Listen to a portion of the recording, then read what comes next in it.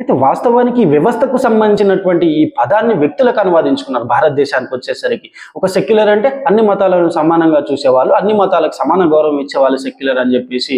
ఇది అసలైన అర్థం ఇది కాదు.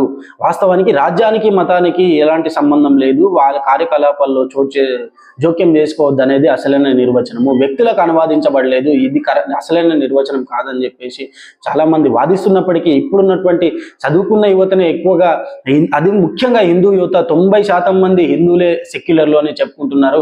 మిగతా 10% మంది మాత్రమే అన్య మతస్థులు మేము సెక్యులర్లు అని చెప్పుకుంటున్నటువంటి పరిస్థితి. భారతదేశంలోకి ప్రవేశించినప్పటి నుంచి ఎస్ ఐఎమ్ హిందూ అని ఎవరు చెప్పుకోలేనటువంటి పరిస్థితి. ఎవరైనా చెప్పుకుంటే ఎస్ నేను హిందువుని అని చెప్పుకుంటే వాళ్ళు మతోన్మాదుల కిందకి మారిపోతున్నటువంటి పరిస్థితి.